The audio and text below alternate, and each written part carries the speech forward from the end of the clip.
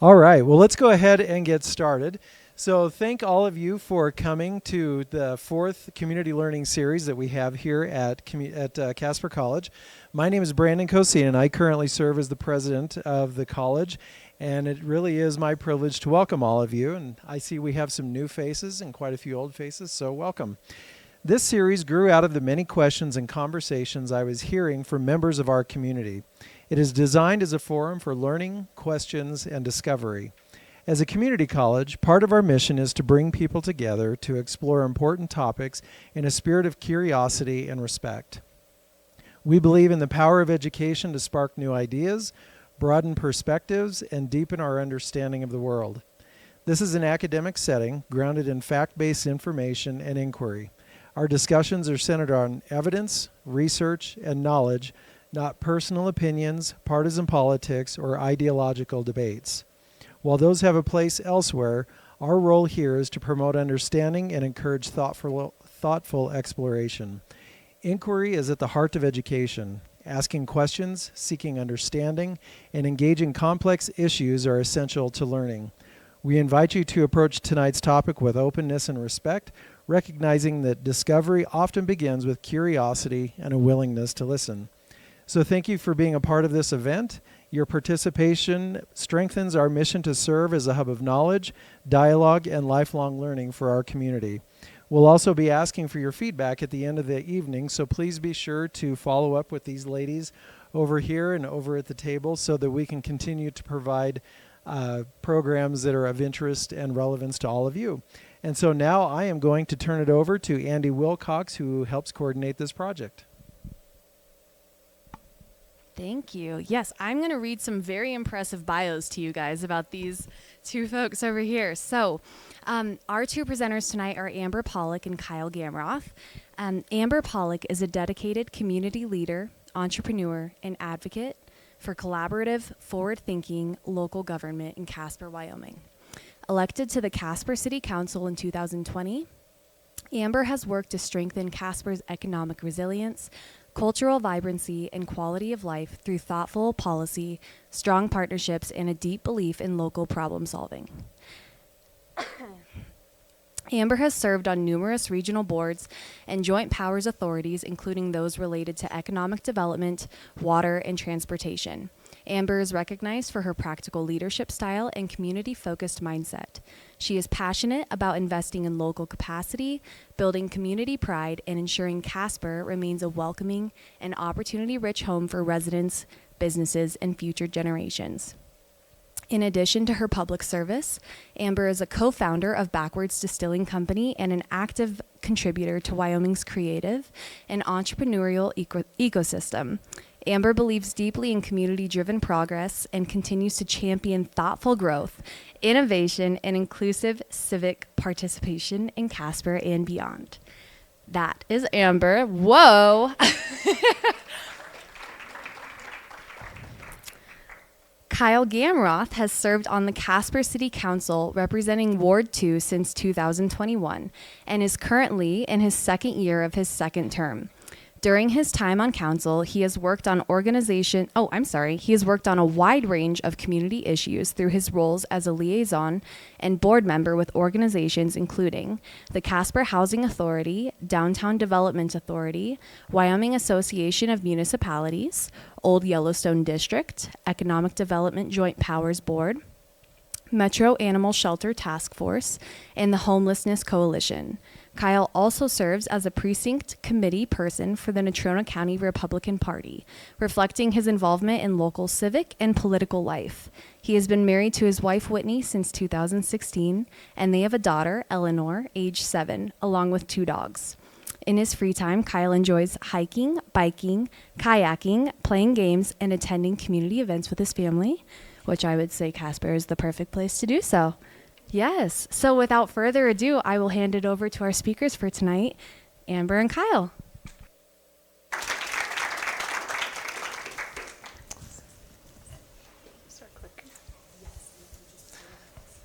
Check, check, check. You're on it, man. Appreciate it. Well, thank you all for listening to that boring, ego-stroking bios. I know they're going to read it verbatim. Yeah, right. I'll know better next time. I threw my liaison appointments in there and stuff, just hopefully food for thought. If you got questions about things that would be relevant to any of those associations, I'm happy to answer, questions about any of that. And I don't want to speak for Amber again, but at least in my experience, we're both very conversational. So, we're talking the budget, so it's pretty dense stuff. There's some dry things that we just need to cover to kind of cultivate that foundational understanding of what we're talking about. And then after that, there'll be lots of opportunity for question and answer. That's certainly my comfort zone. I don't like to be the lecturer on the stage. And so we'll kind of go through sections of this presentation and then hopefully create opportunities for questions throughout. But yeah, budget's a big beast, and there's plenty we could talk about. We've tried to make it as concise and brief as we can. So.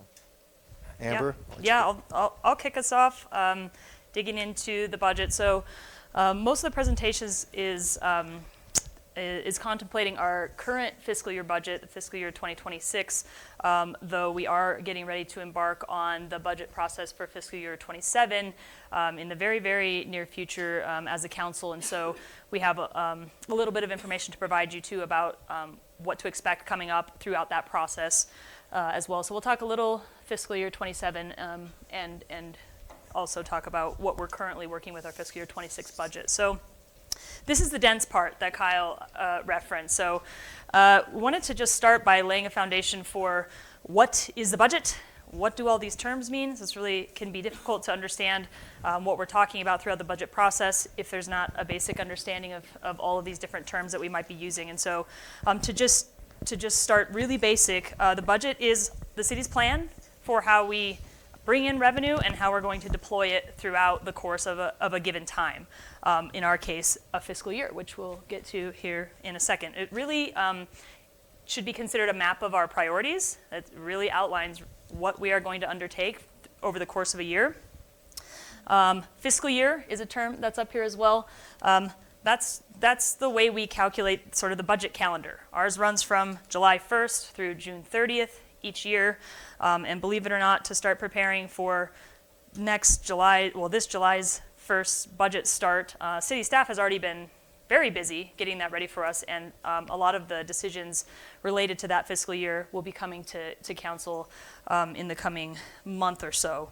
So it's quite a long process and really a year-round process for preparing the budget so that we're ready for the conversations that happen with council and the community as we go into each fiscal year. For the fiscal year 26, the adopted budget was $183.7 million citywide, so that gives you some perspective on the scope that we're talking about when we talk about the city's fiscal year budget.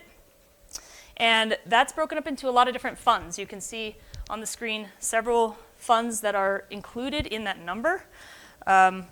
Really important one that we'll spend quite a bit of time talking about tonight is the general fund. That's the first one, and we'll get into some of the nitty-gritty of these here in just a second. But there are some others that you see up here, enterprise funds like water, sewer, and trash.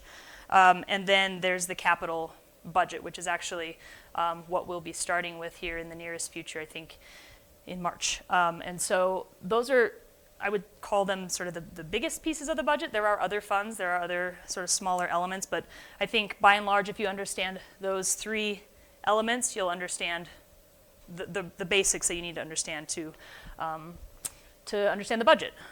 So Kyle, you want to talk about the general fund?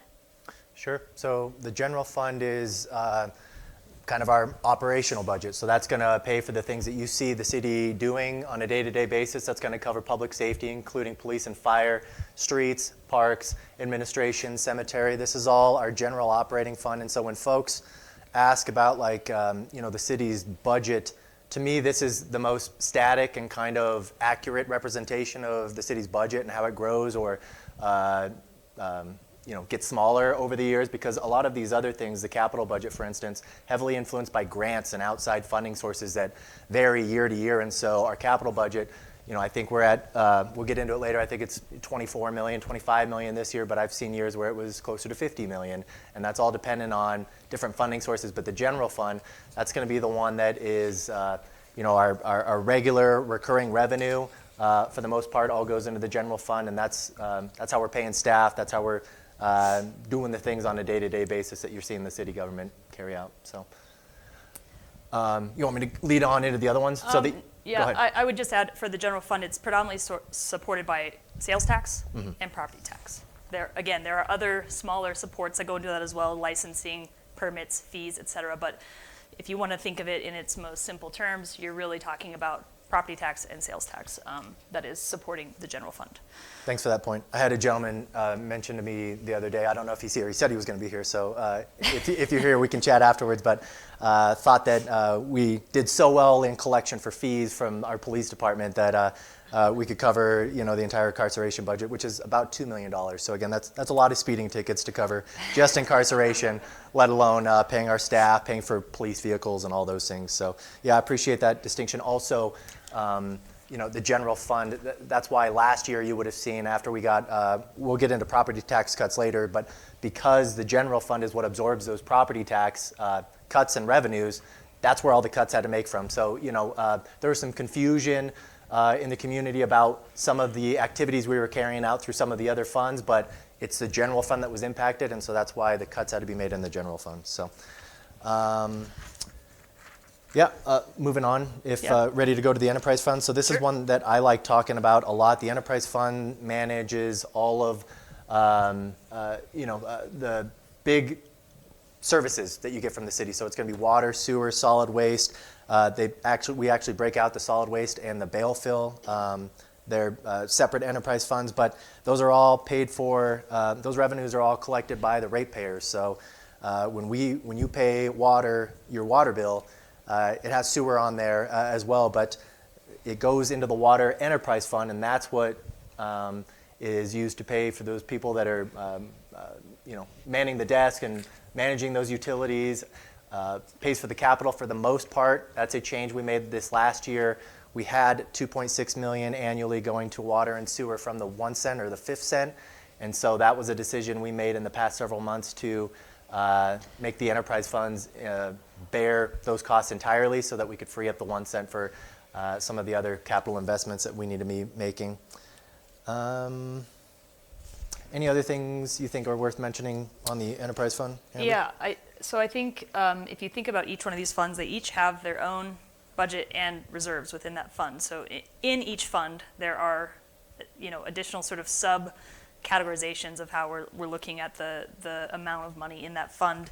And so when we are working on setting rates, we're paying close attention to those reserves, knowing that that's the money that we're going to need to use to bear most of capital construction projects that are related to those enterprises. And so when we're setting rates, we're watching, we have these cool graphs, charts that the city staff prepares for us, and we have targets set, knowing future capital needs within each of those enterprises.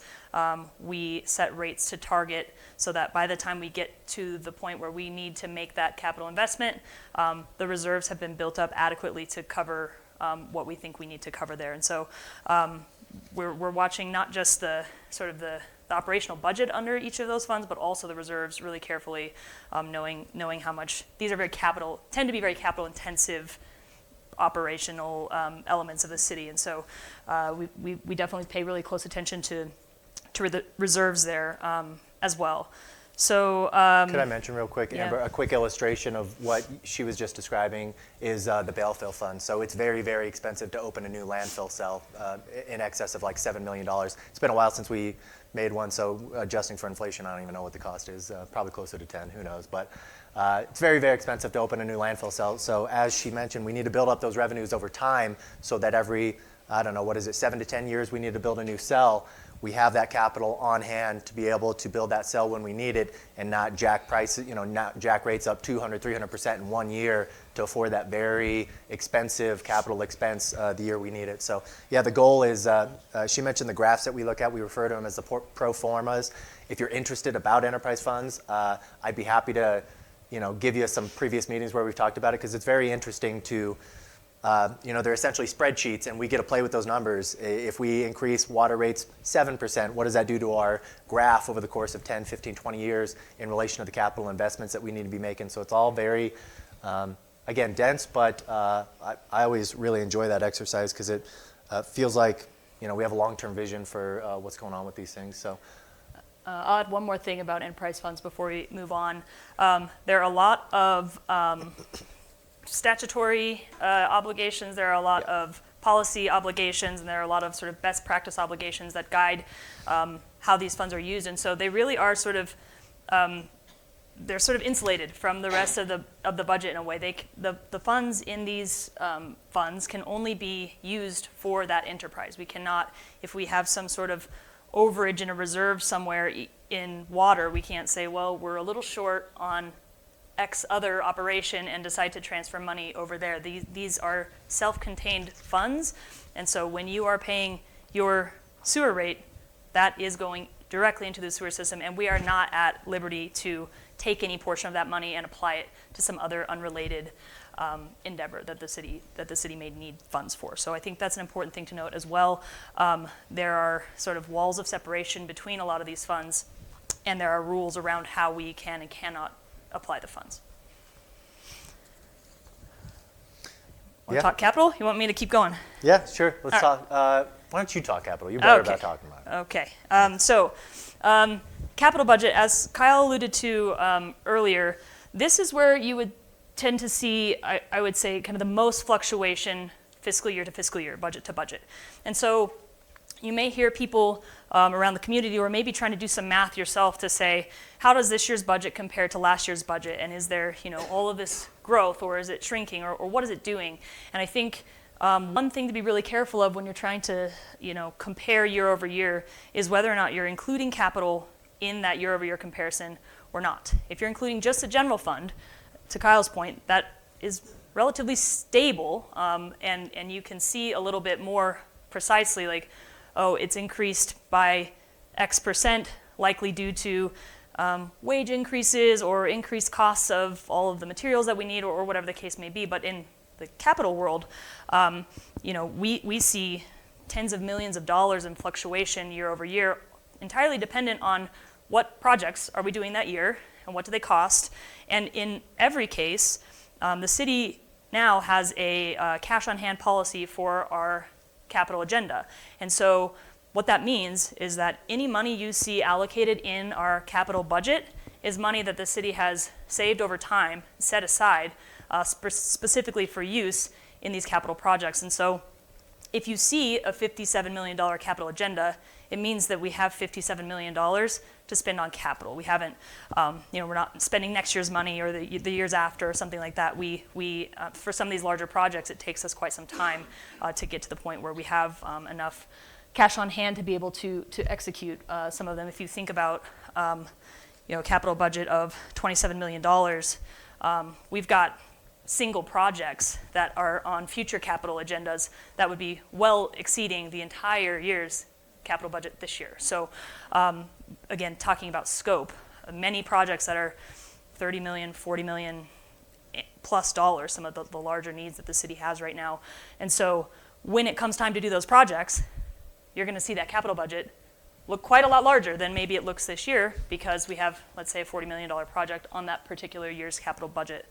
The other thing I think to know about the capital budget is that we set it at the beginning of the year, we adopt that budget, but if you've seen anything in the news about budget amendments, there's very often budget amendments that are made that related to the capital budget, because when we budget for that, basically what that means is we've set spending authority for the city staff to be able to start pursuing that project. But it doesn't mean that all the bills for that project are going to come due in that same fiscal year, right? We maybe, some of these projects happen over multiple years, and so the money gets spent sometimes over time, and so we have to roll over capital money relatively regularly. If you think about the scope of the projects that we're dealing with, the chance of getting it done, neatly between July 1 and June 30th are pretty slim, and so things get rolled over, and sometimes across multiple fiscal years.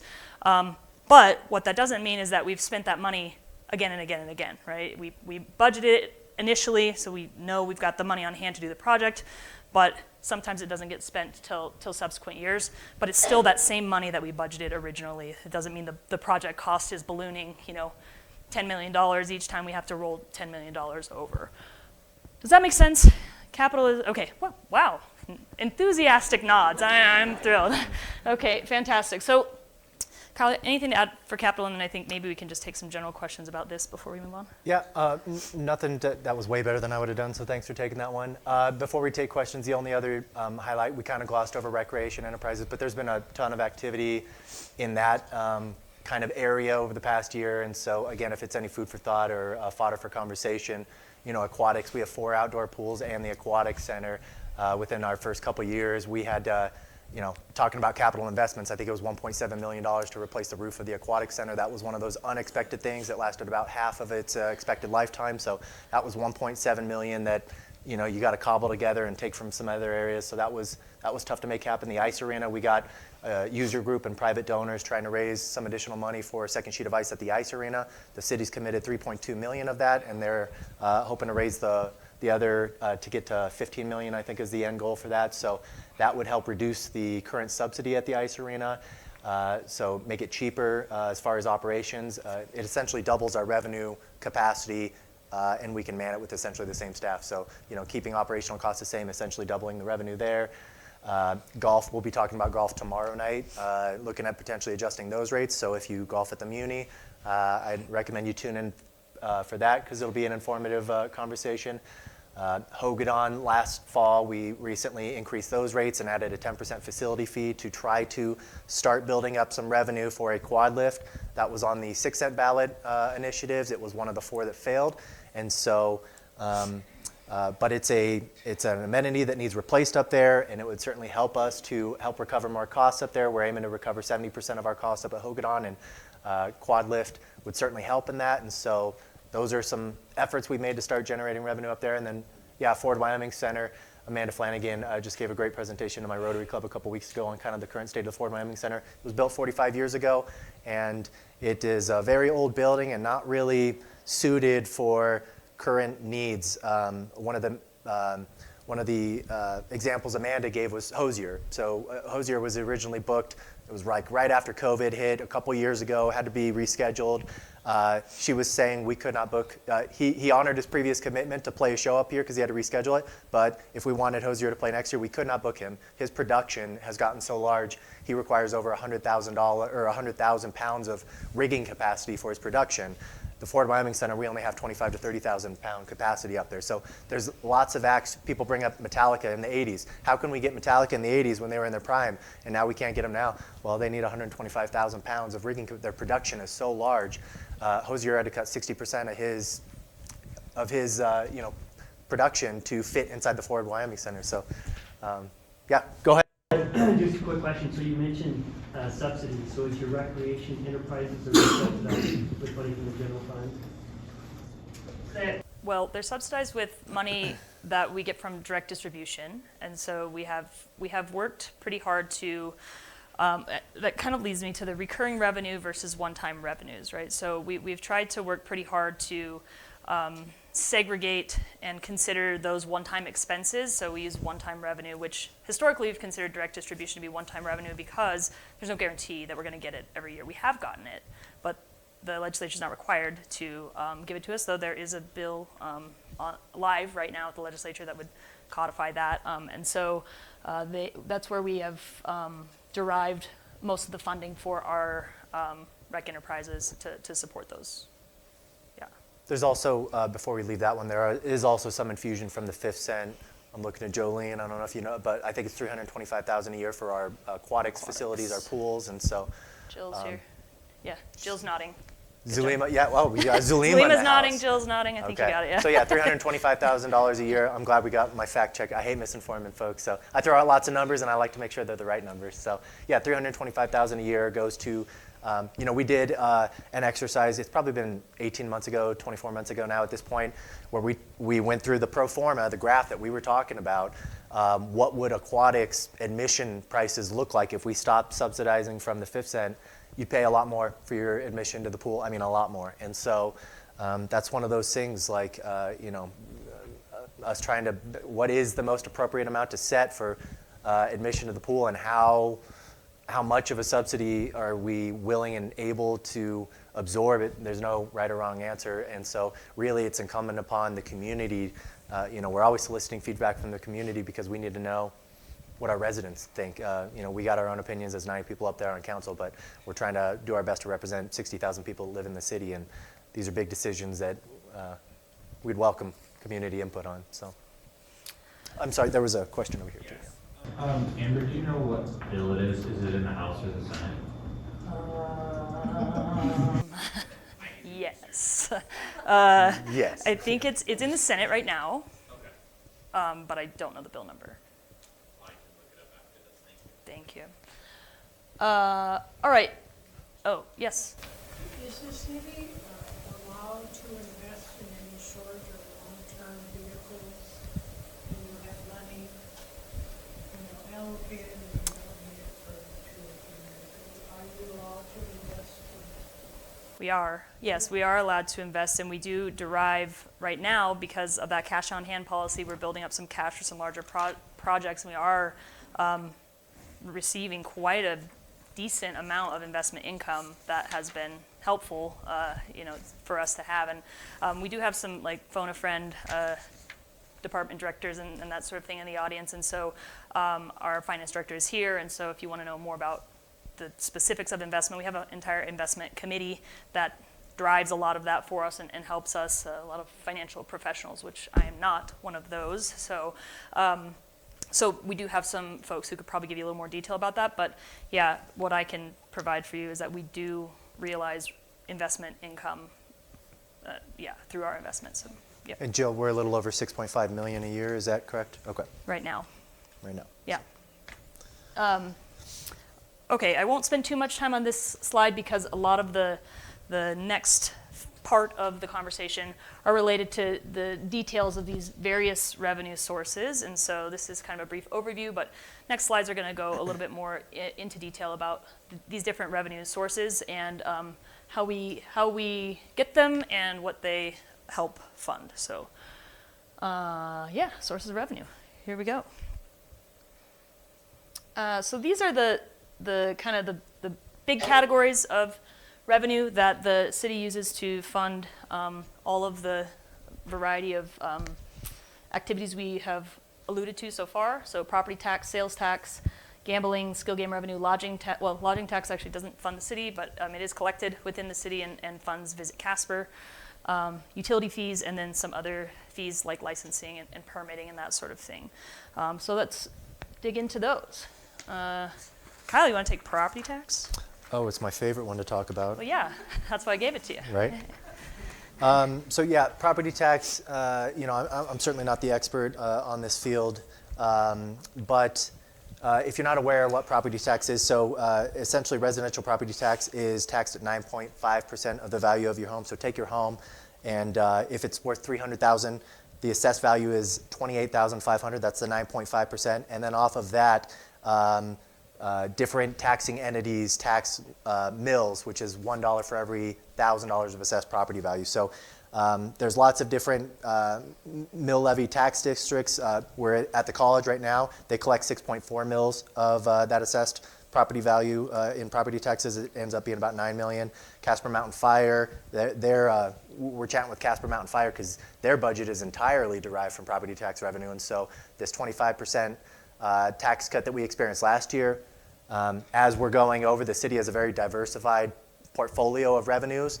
Historically, property tax has only amounted to about 12% of our general fund, but for entities like Casper Mountain Fire, I'm thinking of the Toronto County Fire District, but their entire budget is property tax revenue. So a 25% property tax cut for them is a 25% budget cut across the board, whereas for us, again, it ended up being 1.8 million last year, but we have a very diversified revenue stream, so it doesn't land as hard. So that's how it's determined. Occasionally, I've heard folks mention that the city's increased property tax rates or something like that, because a lot of folks absolutely experienced significant property tax increase. Pretty much post-COVID is when all that happened, but the city of Casper only collects 8 mills of assessed property value, and we are capped by state statute at 8 mills. We've been collecting 8 mills for, it's like 40, 50 years, and that's as much as we can collect. So we, on council, are not able to collect more in the way of property tax revenue. we have collected more, and that's essentially just the nature of the formula, which is it's based on your assessed value. So if your property tax went up, so did your property value. It's all directly proportionate. And so the reason we saw a lot of that is for folks that lived here post-COVID, you might remember the real estate market was just insane. I mean, houses, there was no inventory. Houses were selling same day, sight unseen. There were so many houses that people had never even walked through them. They just saw some pictures online. They were paying cash up front, over asking because it was so competitive. And so that really increased our property values. And as a result, a lot of us saw some pretty significant jumps in property taxes. And so, that's kind of the long and short of property taxes. I have one thing to add there. I think another way to think about property tax, I think Kyle did a good job explaining, like the rate has not changed. A mill is a mill. A mill is $1 on $1,000 of assessed value, right? But it's the value, the assessed value that has shifted for folks. But I think one thing that's helpful to think about, a way to conceptualize property tax that I've been kind of like mulling around because it's been such a big topic of conversation across the state, and there are some folks who are really opposed to property tax as a concept, and they feel like they shouldn't have to lease their property back from the government is the sort of sentiment that some people hold around it. But I would submit to you that that's not really what property tax is doing. Property tax is there to support all of the services needed to service your property. So that is police, that is fire, that is all of these things. It's not. It's based on the assessed value of your property, with the sort of general idea that the larger the property, the more service intensive it would be to serve that property. But generally speaking, it's to facilitate and fund all the things that make it possible for your property to exist and be inhabitable within the community, right? And so I think when we're talking about these different types of taxes, I think there tends to be a lot of sort of philosophical angst around this one, it seems, and so I've been trying to give a lot of thought to, like, that doesn't quite add up for me, and that's why it's not that the government cares so much about the property itself, but everything that it takes to build out the things that a property needs in order to be a property that somebody can live on. So I think that's another way of thinking about it, and encourage you to kind of mull that over as well, because it's like a citywide HOA or something like that, right? Where it's like these are the services you gotta have at your house, right? But we're providing those services as a city entity. So good on property tax. Anybody want to ask questions about property tax before we move on to sales tax? You're gonna have another chance because we're gonna talk about property tax reduction, which is a little bit more into the weeds. We're just getting further and further into the weeds the longer we go here. Yeah. So if you lost $1.8 million of revenue based on a 25% reduction, what had you gained over the last 6 years in property tax income based on the escalation in home prices? Yeah, I have a roundabout way of answering that question because I don't have the exact number off the top of my head, but and Jill can probably help or someone in the room, but so I think there was this kind of like notion that what happened with that 25% reduction is that it just took us back to like that sort of pre-COVID time. It didn't. It took us back to like 2014 property tax collection. So it took us well back, 10 years of sort of that assessed value increasing of all the properties in town. And so it was quite a bit more steep than any sort of increase in assessed values that we had seen post-COVID. But if somebody has a finer point that they want to put to that, no? Is that okay? Yeah. Yeah, we had a gentleman, not in the audience, surprisingly, because he's... Where is he? It's very rare that I get to speak to city business without having this gentleman in the crowd. He attends almost every meeting, but local resident held a town hall last year, and that was kind of one of the... he had a little one sheet that he handed out, and that was one of the points he made was the fact that the general fund had gone up 23.75% from 2019 to, at that time, 2025, because it was last summer.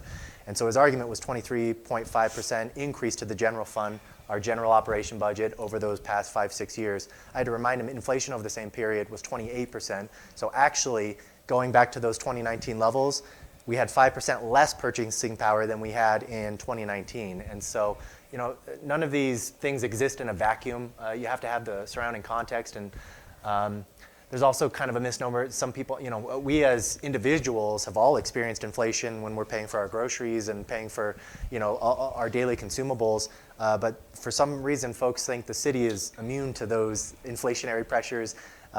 We pay, maybe wholesale, a little bit discounted pricing, but the pipe that you get from Home Depot for your home improvement projects, same kind of pipe that we're laying for water and sewer infrastructure and stuff. So we experience the same inflation, and especially considering how much like construction, it feels like the construction industry specifically has experienced crazy inflation, and we do a lot of construction at the city. And so unfortunately, not immune to those things. And like Amber stated, that 25% reduction, some folks thought that was taking us back to 2019, but that was pre-COVID inflation. So really, as far as if we're talking about purchasing power, it's well beyond 2019 purchasing power. So.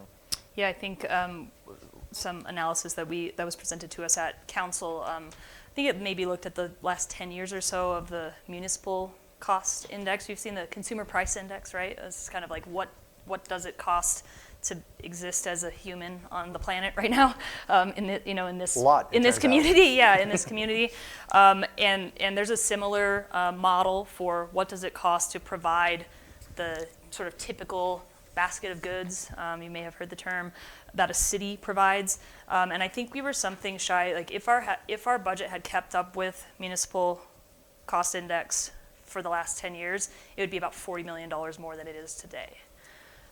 So what that tells you, right, is that even though the budget has grown, if you are comparing 10 years ago today, our capacity to provide services has actually diminished.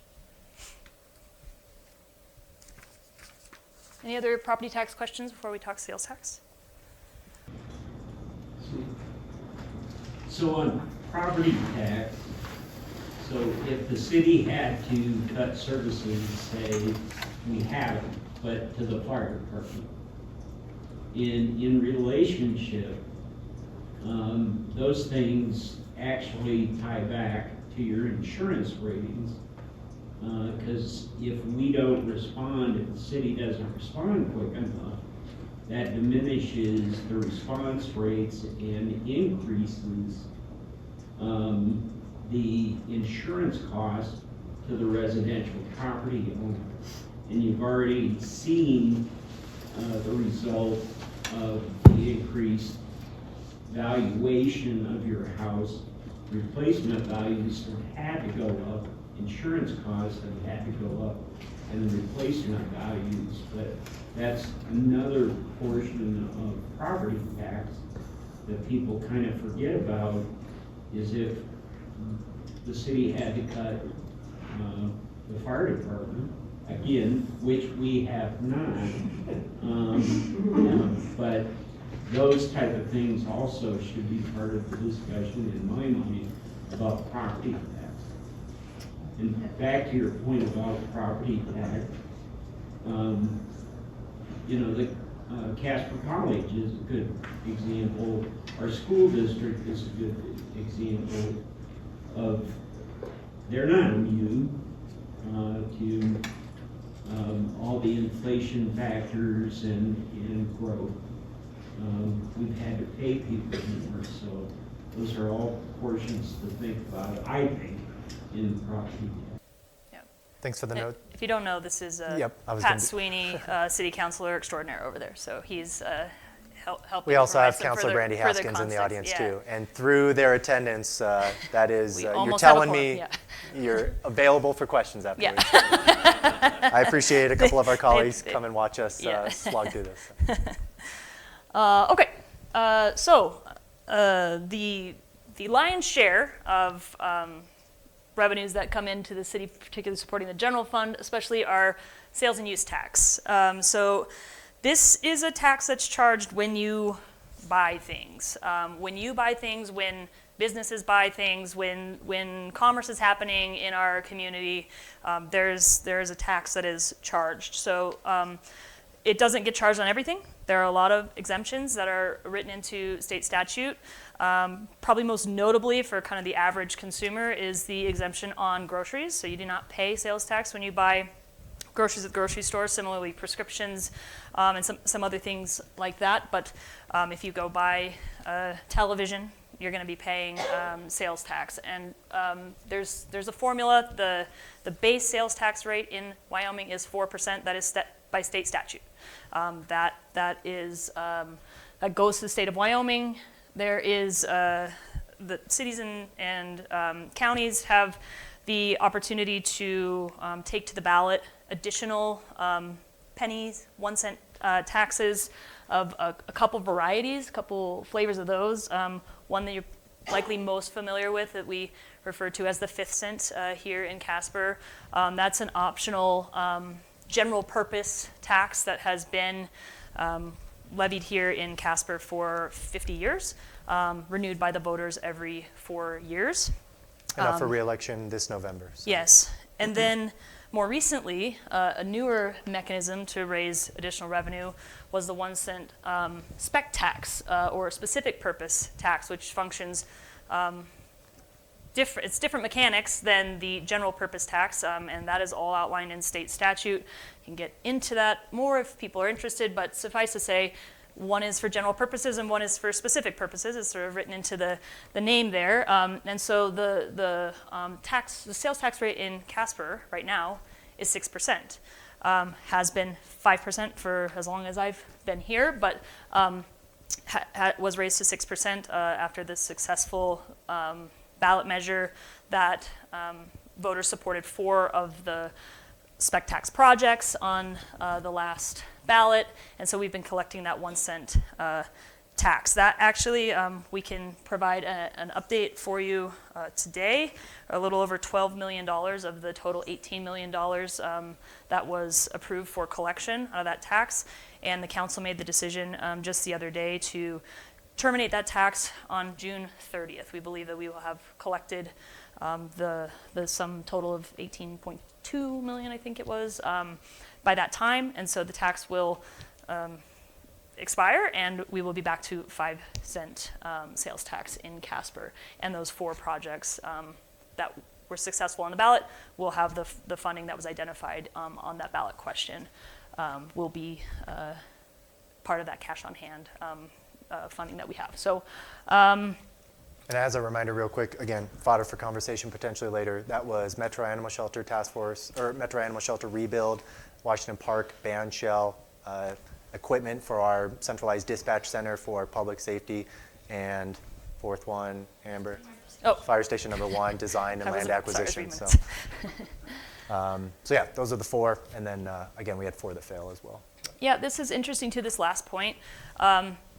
Property tax is paid predominantly by people who are living here, and sales taxes too, but there is a large chunk of it that's being covered by other folks who come through town.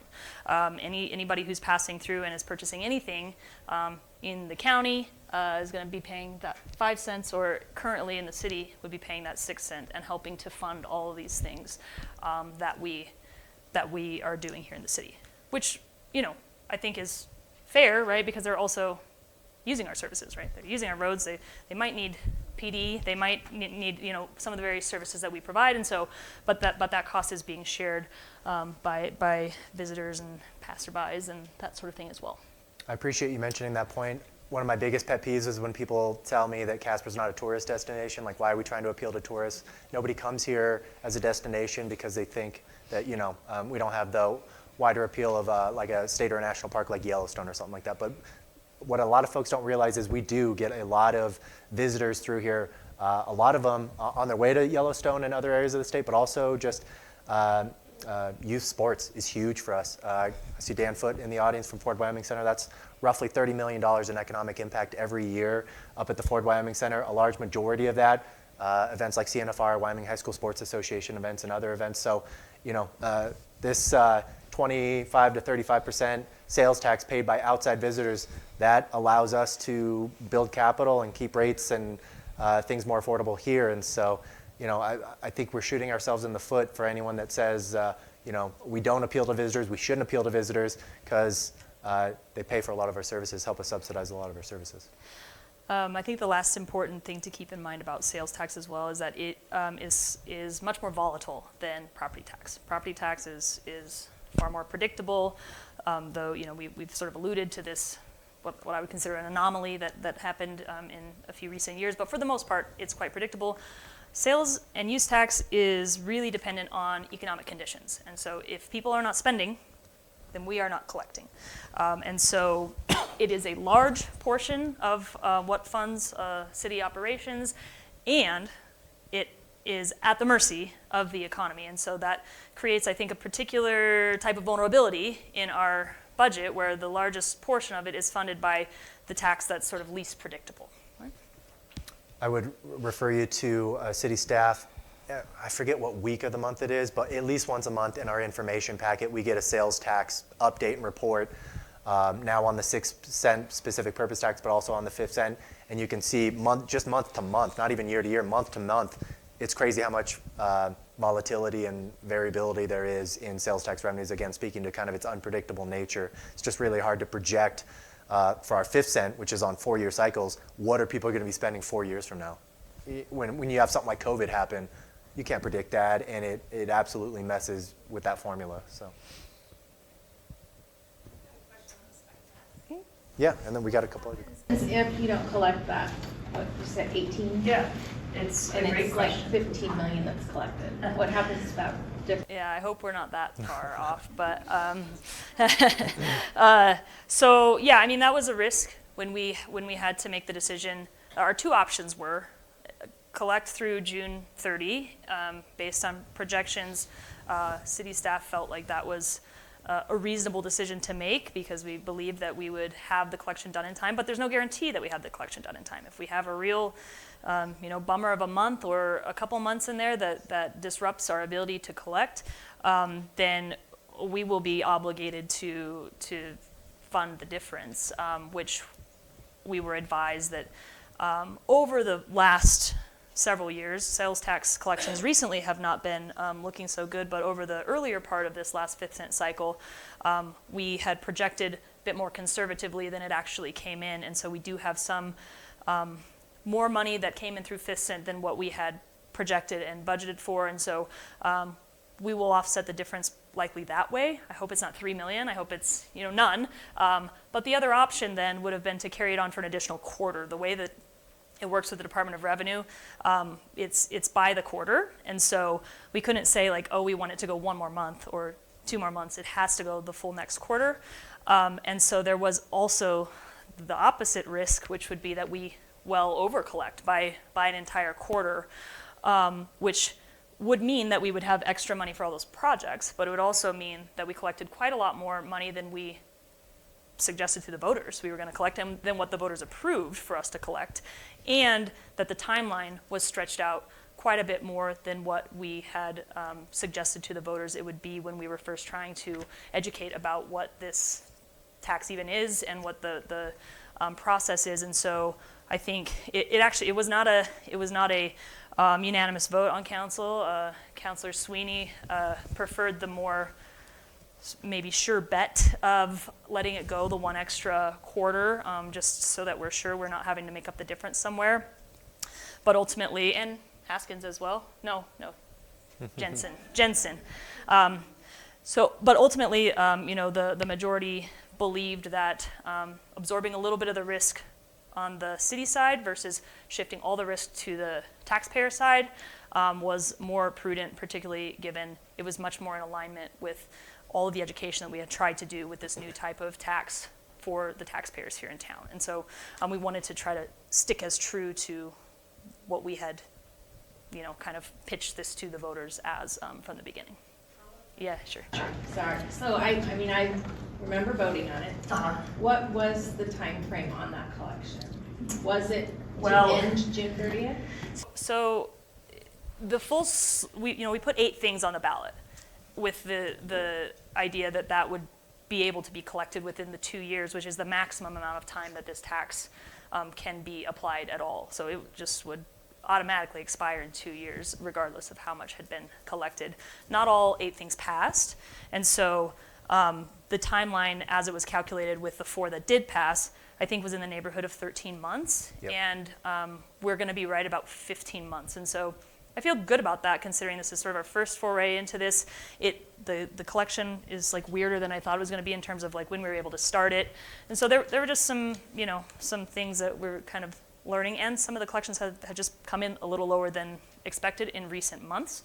But I would say overall, that 15-month mark feels relatively close to 13 months, and I feel happy that we were able to estimate it that closely. It seems early. It seems really early. I thought as a voter we had 2 years to collect. Yeah. So, to me, this is good news when you're trying to justify the tax payment. I hope so. Yeah, I hope so, because this is a tool that can be very helpful to us to fund some of these things that we don't have other clear funding paths for. But I think that there are people who don't want to see another one penny that lasts forever.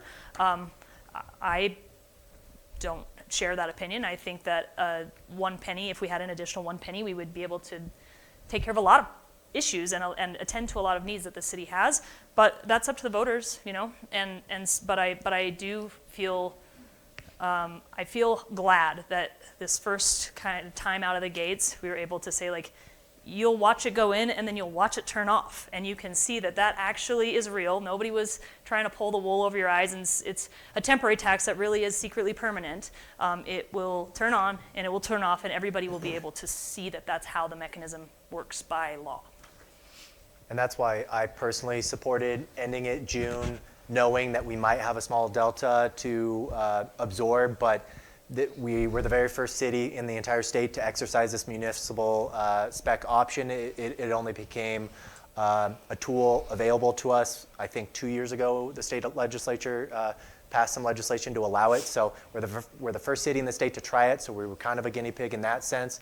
And I thought it was very important to prove to people this will go away.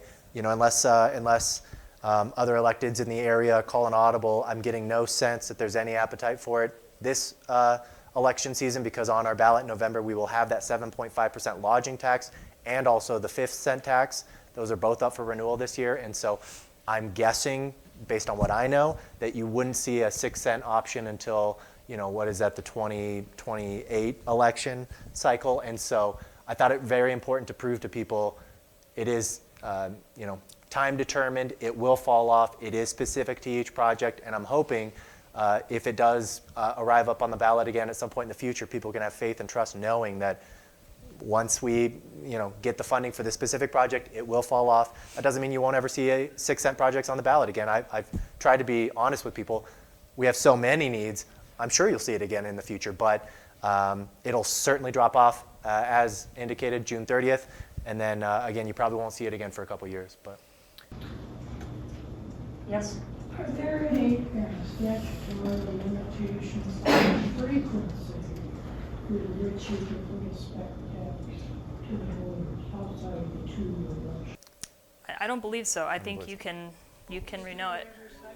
Sure. The question was, Pat will know. Are there any statutory designations about the frequency with which a spec tax can be put on the ballot for voters? I assume it's every 2 years, as often as the ballot comes up, right?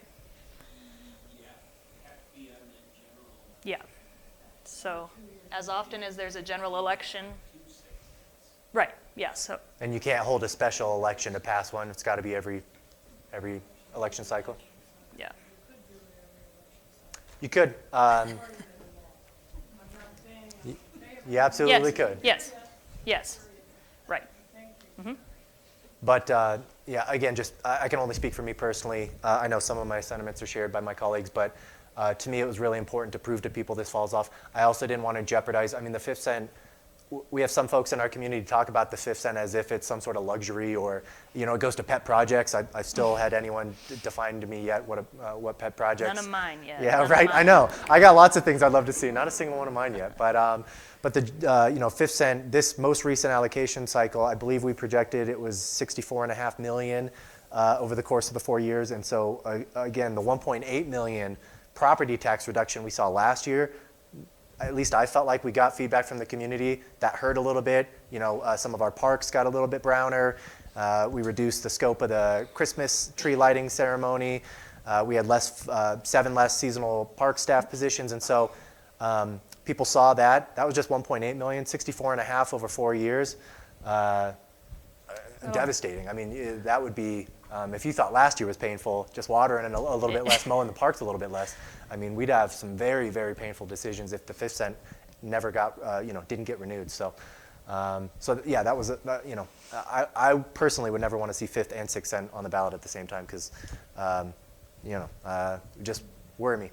Yeah. But- I never say never, but I would say until we sort of prove this model out, it Yeah. feels, a little precarious. So people are learning, learning what this is, understanding what this is. It's new, it's new here. It's not new everywhere. There are places that pass it. All of Cheyenne passes it pretty much. And even if it every wasn't time. new, our 1 cent, our 5th Yeah. cent has been in place since 1974. Still, lots of folks don't understand that it's up for election. Every 4 years, it's on your ballot. So if you're voting, you'll see it on your ballot every 4 years. But well, some of them, sure. They don't get that far down on the ballot. It makes me maybe, question yeah. whether they are, because again, you would have seen it on your ballot. At so. the end, yeah. You have a question? Yeah. How are the spec tax projects selected? Like the number and the specific options? Yeah, it's a great question. There's quite a lot of dialogue and work that went into that. Generally speaking, the priorities were identified by city staff, and there were some criteria that were developed. It had to be a project that was darn near ready to go. We didn't want projects that got funded through this spec tax that people wouldn't see. We've got a year, 2 years in engineering, design, et cetera, before people see anything happening. So projects that were a little bit closer to shovel ready definitely were prioritized. We tried to, I think council, at least some folks on council shared a sentiment that we wanted to see kind of a variety of projects on there, some in rec, some in public safety, to take the temperature of the voters and kind of see where is the sentiment and what are people most interested in supporting in the community. And so I think there was a little bit of that in there in terms of putting the slate together. There was a lot of projecting and calculation that went into it. We had to, well, we didn't have to, but we wanted to create a slate of projects that could conceivably be collected in the 2-year window. Turns out with current collections, we wouldn't have, if all 8 of those had passed, we would have had a difference that we would have had to make up. So, but our best sort of estimates at the time indicated that $35 million would be what we could collect in 2 years. And so there was a consideration there, what adds up to sort of that total. And there was some other criteria, sort of urgency and that sort of thing as well. So the slate was brought to us, and there were more projects on there, but council sort of went through the process of deciding what the mix was that we wanted on the ballot. We also were at liberty to make the decision about how they were presented on the ballot. We decided to present them as individual projects rather than to say, here's a group of projects. And that was done after some feedback from the countywide spec tax that was on the ballot a couple years before. That was 2 projects coupled together, and it failed countywide. And we got a lot of feedback from people that said, I would have voted for this one, I didn't vote for it in total because of the other one. So, I felt like that was us being responsive to the feedback. People would prefer a menu of options and vote as they please, as opposed to this kind of bundling concept. But, yeah, and that's not required. Other communities do that differently. Other communities just say, here's the whole suite of projects, here's the total. It's yes or no on the whole thing either passes or doesn't. And that's kind of how our general purpose tax, the 5th cent, works. Here in the next few months, we will draft a resolution telling the voters ahead of the November election, here's everything we expect to spend the 5th cent on, all of it at once. Do you support this 5th cent for these purposes? That's how that's handled. But yeah, we look at City of Cheyenne, their 6th cent, the last one was 14 different projects, $128 million. So obviously well beyond the 18 million that we recently passed. but that's how they do it too, is they have a menu of options, and they passed 13 of the 14, I believe. But going back to Amber's point about how we selected them, I actually really liked having the mix of, to me it was enlightening, the fact that the four, well, you know, one of them maybe not so much, but the public safety and public infrastructure ones, the dispatch equipment, fire station number 1, Metro Animal Shelter, like that to me showed people support the additional taxation to complete public infrastructure, public safety. The ones that failed, Hogan on chairlift, second sheet of ice, auxiliary gym at the rec center, softball fields. To me, that showed that, you know, while the community might appreciate those assets, they're not willing to be taxed additionally to make them happen. So it was helpful, I think, to see that kind of play out. All right, so we've covered the two big ones, and I want to leave room for questions. Yeah. And so I'm going to just kind of blaze through these next ones relatively quickly and leave some room for questions for you. So we do have some other sources of revenue. Gambling and skill game revenue comes in, is shared between the county and the city, and that goes into our general fund. So that revenue has been sort of a stabilizing element that we haven't always had coming into our general fund. And the amount varies on how much people are gambling. Right? It's also split between the county and the city. The county gets 50%, the city gets 50%. This is despite the fact that all the establishments are in city limits. So, you know, I would like to see that formula changed. I love my friends over at the county, but they don't have to provide public service to the establishments taking advantage of those gaming machines. So. Yeah. Lodging tax, that's another one that goes on to the ballot every 4 years and is one that we will be seeing this coming general election in November.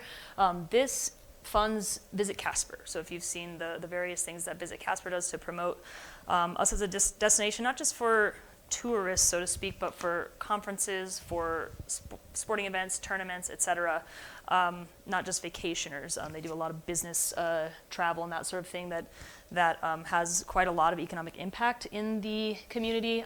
That is supported, and that is charged by folks.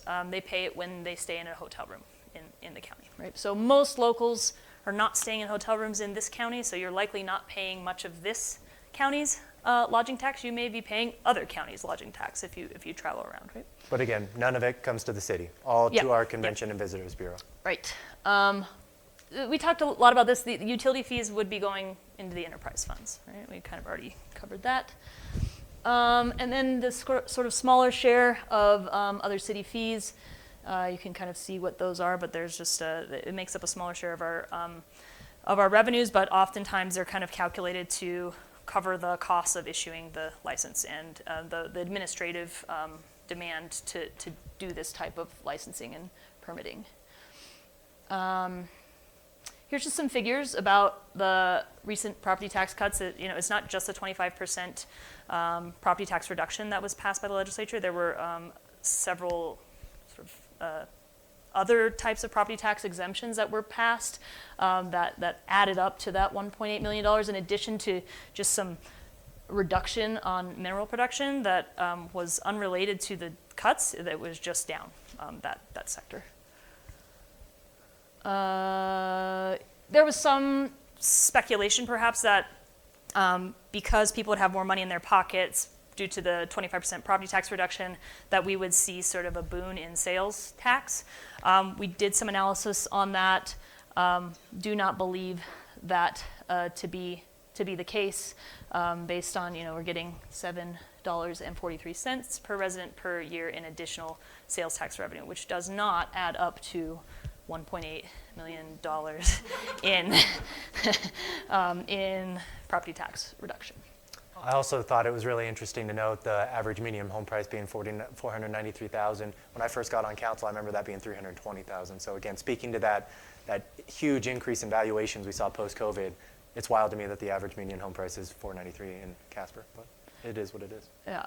This is just another way of looking at the general fund. So you can see that huge big piece, that's sales tax. So you can see how dependent our general fund is on sales tax. Property tax, 12% as the property tax reduction has come into play. That figure this year is about 8% of the general fund that's supported by property tax. And just a little aside, this is probably like a whole other topic that we won't get into tonight, but local governments control almost none of their own revenue. We have all of the responsibility of providing the services that are required by our residents, but we have pretty much none of the authority over revenue raising. That almost exclusively lies with the state government, and by and large, they tell us what we can do. Any authority that we do have is typically authority to put it on the ballot to ask the voters. And so your municipal electeds are, we don't have a lot of tools at our disposal. If we say like, hey, like we need revenue for X thing, it's not that we can just go out and get it. We have to work with the legislature, or we have to work with the voters, or whatever the case may be, to try to find additional revenue mechanisms. And yeah, the budget calendar. So I'll just leave this up here. We don't have to go through it line by line, but this is just information for you, and I do believe it is on the website somewhere as well, that just shows you the process that we go through to pass a budget each year. And you can see it started for city staff in November, and you can see there's already been some conversation that has happened related to the budget, like rate modeling and utility rate conversations and decisions. And then you can see coming up, March is we're diving into capital now. So we're getting closer and closer to kind of that June deadline where that would be the kind of formal adoption of the budget, but lots of steps along the way. And nearly every one of these has an affiliated public comment opportunity where folks can come to council meetings. They can tune into a lot of this happens during the work session, and then the adoption would be happening during the regular meetings. And so good time to start tuning into work sessions would be like March-ish if you have interest in the capital agenda, if you have interest in the budget, priority-based budgeting process that we're using. There's going to be a lot of density around that particular topic coming up in the work sessions this spring. So I think that, yeah. So I'll leave this up, but we'll just open it to questions. Oh, great. Yeah. Great.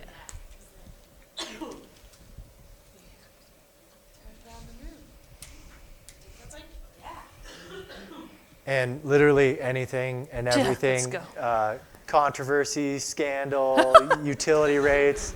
I love the hard stuff, so yeah. But you have to follow Brandon's rules, because he gave a very nice landscape for how we engage in that respectfully. But yeah, go ahead. So I'm a county resident. I don't live in city limits. Yep. So as far as your point of the gambling tax and that split between the city and the county, right? When I vote, I don't get to decide on a lot of these things as a county resident. So how are these shared or not shared taxes and revenue streams determined between the city and the county within the limited number of revenue streams you do have control over asking the voters for?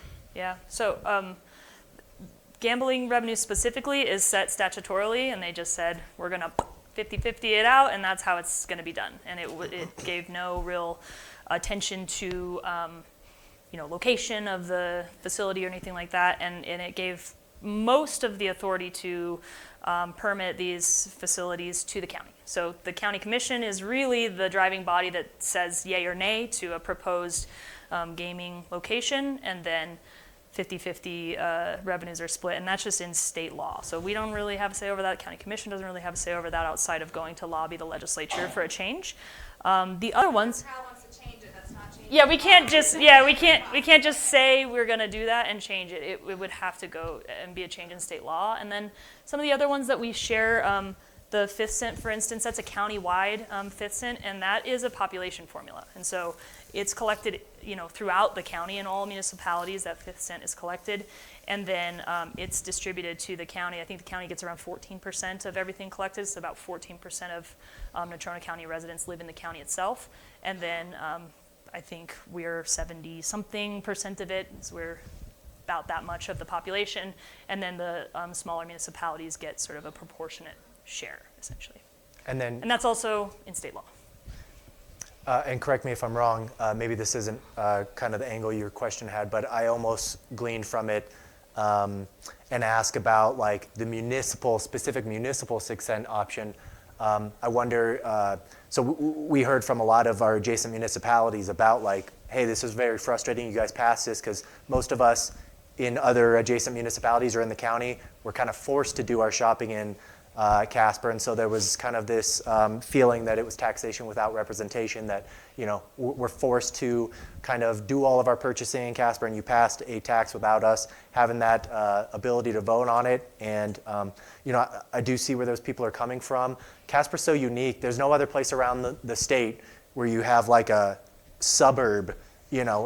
We share city limits with Bar None, with Evansville, with Mills, and then we got Midwest and Edgerton out there a little bit. So the three or four cities hugging each other is a very weird dynamic that you don't see anywhere else in the state. And so us being the guinea pig of being the first ones to exercise this, that is something that at least I didn't foresee necessarily, is kind of these feelings around the surrounding municipalities that we didn't get a vote on this, and thought that was unfair. To put it into context, we did actually approach the other, to do a countywide, like the 5th cent, you have to get a majority of the municipalities in the county to support it. So for our area, Midwest Edgerton, Mills, Bar None, Evansville, we need 5. 3 of the 5 need to say, yes, let's do a countywide 6 cent. We did approach the surrounding municipalities and say, hey, we got some projects we would love to get on a ballot here in Casper. I'm sure you have projects that you'd love to get on a ballot too. Can we do a countywide? We could not get 2 other municipalities to say, yes, we support it, so we couldn't get that majority.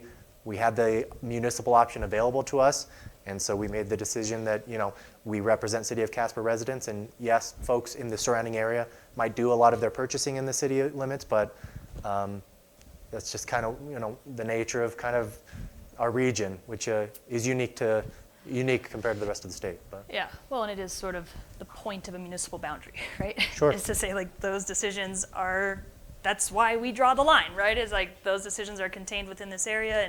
But yeah, I mean, I think certainly like hopefully in the future surrounding municipalities also want to participate. It's like we know that all of our surrounding municipalities have a list of things that could use the funding as well. And so, that would be, it would be a easier process for folks to understand than this has been.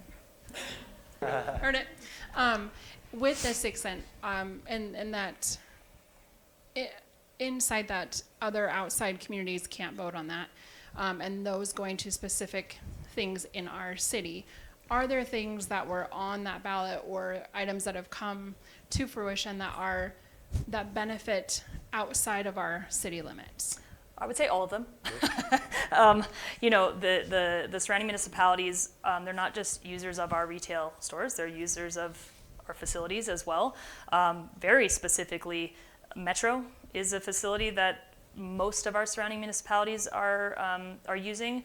Dispatch is a regional system, so I mean those are directly benefiting the surrounding municipalities. And then fire. I think that we even had support from other municipalities' fire departments talking about the amount of support that they get from our fire departments. Obviously, it's larger, and we have the ability. We have more equipment. We have just a lot more capacity. So if they do have a large event, like we saw in Mills, for instance, that was sort of all hands on deck, and Casper, provides support in those circumstances. So us being equipped really expands capacity for all of those surrounding municipalities. And then, anybody who lives in the county who enjoys Washington Park or any of our surrounding municipalities, like that's maybe a little more indirect, but I would suggest that folks who are coming here to do retail shopping are also coming here for everything else, right?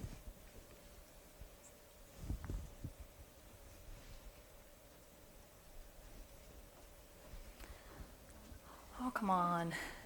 Come on. Some tough ones too. Let's do it. I have some that were written down. Oh, great. They're not related, they're kind of difficult ones. Let's go. Yeah. Okay. We'll do our best. Have any new funding sources been identified after property tax cuts raised funding concerns? I mean, none that are like gonna fix the problem. I think, yes, we're always trying to identify new funding sources. Mostly, I think city staff has worked really hard to try to find grants and other options, but that landscape is not the friendliest it's ever been either right now. And so, no, none that we're just like, oh, no worries about the property tax because we have this other special revenue that we can just find. I would, this is maybe tangential or a side note compared to that, but I will say, there are plenty of folks confused when we talk about property tax reductions and what that's doing to our general fund and the operations in our general fund, like park maintenance and some of those other things. There's confusion when they see us, like, say, building a bridge alongside Poplar Street to cross the river. And so I get the impression, at least some of y'all in the room had read my letter to the editor on that topic, but to go back to that earlier point about not being able to take money from one bucket, pay it for another, Amber mentioned our team, Zulima and her team specifically, have been very successful in getting outside grants. We got over $8 million in outdoor rec grants to do a couple different projects. We're renovating and improving the North Casper Field of Dreams complex. We already did Marion Kreiner. If you've driven by Marion Kreiner Park in North Casper, you'll see they have a brand new metal skate park and bike pump track, and we're doing some pool improvements over there. And then the bridge, that was $3.2 million in Wyoming Outdoor Rec Fund funding. That is ARPA funding from the federal government that the state was acting as a pass-through. And so again, that $3.2 million that is being used to build the bridge, we have water and sewer funds going to lay that infrastructure down, but the bridge infrastructure, it's Wyoming Outdoor Rec Fund funds that were specific. You had to meet specific criteria to be eligible for it, including even what area of town was eligible. We had qualified census tracts in the city, and we could only spend that funding essentially north of the river. So that's why you saw all those projects occurring on the north side of the river, because that was the only qualified census tract available and eligible for that funding. And so, I totally understand the optics of that when you see us complaining or making these decisions about reducing park maintenance, and then we're building a nice, very nice looking multi-million-dollar bridge. I totally understand the optics of that, but it is just kind of the nature of funding and what you're eligible for. So again, I'm happy to go into that one specifically, but just kind of illustrates to you the complexity of kind of how this funding is pulled in and then distributed out. Are you talking about the opportunity zone funding No, we still have opportunity. Oh, so the question was if I was referring to opportunity zones. We still have opportunity zones, and they do provide some kind of economic development benefits. But no, the qualified census tract, it was just, this funding was meant for like kind of those underserved areas, and North Casper has just historically been kind of an underserved area of town. And so, but we wanted to improve the facilities and amenities in those areas. People that live in North Casper got a lot of pride about the place they live, and so we want to make sure that they see equal investment and that we're not neglecting that part of town. Yes, you're welcome. So follow-up question to that was, could reliance on grants, again, from outside, this is not me. just Got it. Could a reliance on grants for new projects lead to operating expenses for new parks, facilities, et cetera, that the city cannot afford? Yes, it could. We have to be careful, right? Like we don't want to build stuff that we can't maintain into the future. I think we do consider that when we're making decisions, and I would say it's certainly a consideration of mine when we're making the decisions. But I would also say I think many of the grants that we have been prioritizing are really serving to enhance, maintain, repair existing things. Fewer of them are like, let's build a whole brand new thing that's now going to be on our docket of maintenance issues. It's not 100% leaning that way, but I think it leans pretty strongly that way. Yeah, to that point, I would say, again, I can only speak for myself. We certainly had discussions as council, but I don't know where exactly everyone else is coming from. I'm to a point where I do think we'll see what comes out of the legislature in these next few weeks, but at least my feelings right now is we do really need to be really, really hesitant about building new. I'm happy to talk about the bridges and some of the other things that we've done recently, but going into the future, I do think no matter how attractive the grant is, if there's a match, we still need to be really hesitant because there is, it does cost money to maintain our trail system. One of the reasons trail development specifically has been so attractive in the past is because every trail that we've built since I've been on council is utilizing Wyoming Transportation Alternative Program grant funding, and they provide a 9-to-1 match. So we could build $1 million path for a $100,000 city match, and so that's why that's been so attractive in the past, especially since you have Platte River Trails Trust and other organizations that help raise private donations and stuff to contribute also in that way. But even the $100,000 match, to the point of that question, that new trail will require some level of maintenance over its lifespan, and so I do think we need to be more vigilant about that because dollars add up over time. So as an example, the Arbor Day funds that the city put in for, I think, got about $750,000 in a grant award. I can't remember the exact amount. Yeah, it was just over that. Somebody can. It's like 740. But then that was one of the first things that got pushed back. And once President Trump was in office, that got cut. And now they're going after other funds, trying to replace that. And I think they came out with one around 100,000. And just not that it relates to the city's budget, but on one of the slides, the lodging tax for Visit Casper, you'll be voting this in November for 2%. Because there's a statewide lodging tax that's by state statute now that's 5%. The state keeps 3% to handle the Division of Tourism, and it returns 2 of the 5% back to the collecting agencies, which was Visit Casper here in Natrona County, and we had a 4% lodging tax. State statute allows us to go back to the voters to ask for that 2%. Thanks for that clarification, Pat. I threw out the 7 number earlier. That's because 5 of it's set by the state, 2% will be on the local ballot. So. And then lastly, point is, maybe not lastly, on 6th Cent, I do believe we've already been approached during the WAM conference a couple of weeks ago by Evansville. They have a lot of upcoming needs. I believe you'll see in 2028 a countywide 6th Cent. What that'll look like, I don't know, but the needs are, we've got needs in the city of Casper, Evansville, Barnum, Mills, Midwest and Edgerton.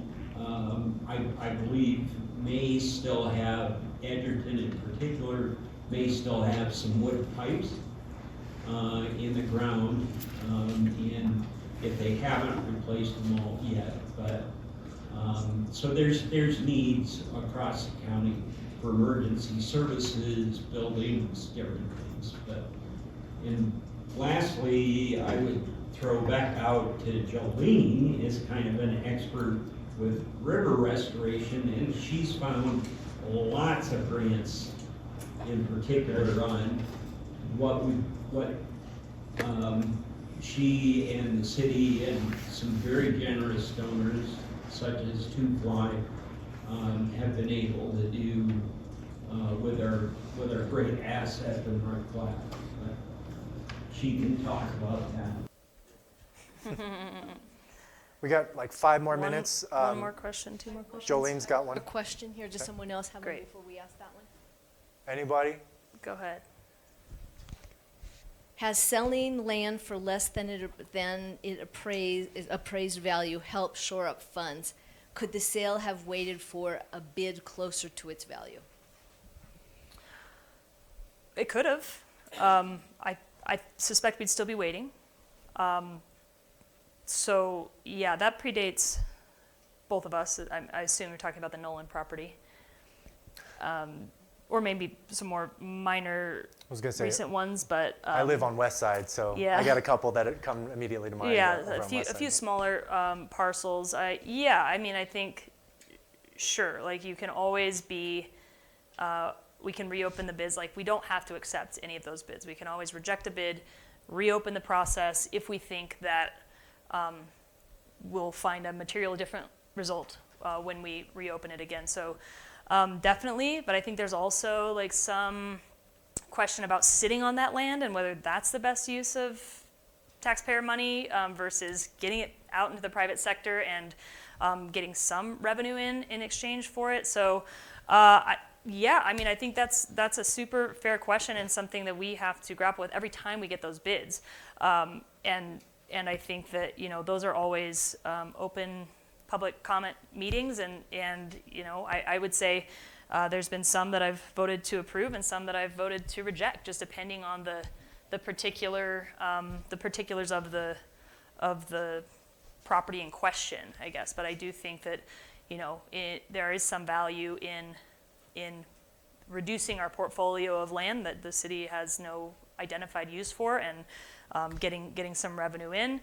But I also, you know, most of those acquisitions well predate me and had a host of reasons that they were acquired, and in some cases gifted, and in other cases, I mean, there's just a lot of ways that the city has land, and you know, I think a lot of arguments that could be made for how to handle that and what to do with it.